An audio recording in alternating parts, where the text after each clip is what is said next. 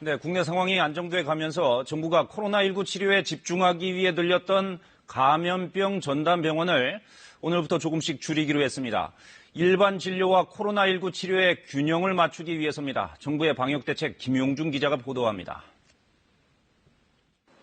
정부는 감염병 전담병원을 줄이기로 했습니다. 우선 오늘부터 확진 환자가 없는 12개 병원에 680여 개에 달하는 병상 지정을 해제할 방침입니다.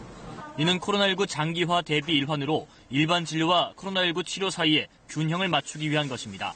특히 최근 격리 중인 확진 환자 수가 감소함에 따라 일부 병원의 병상 가동률이 다소 떨어졌고 일반 환자들에 대한 진료 공백 등도 우려돼 이 같은 조치를 취한다고 설명했습니다.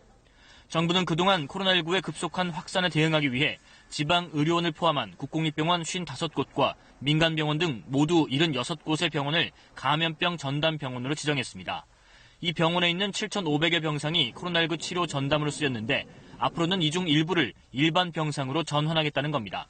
다음 달 초에는 대구와 경북, 수도권을 제외한 12개 시도를 대상으로 지역별 병상 관리와 재가동 계획을 수립해 3차 감축을 추진할 계획입니다.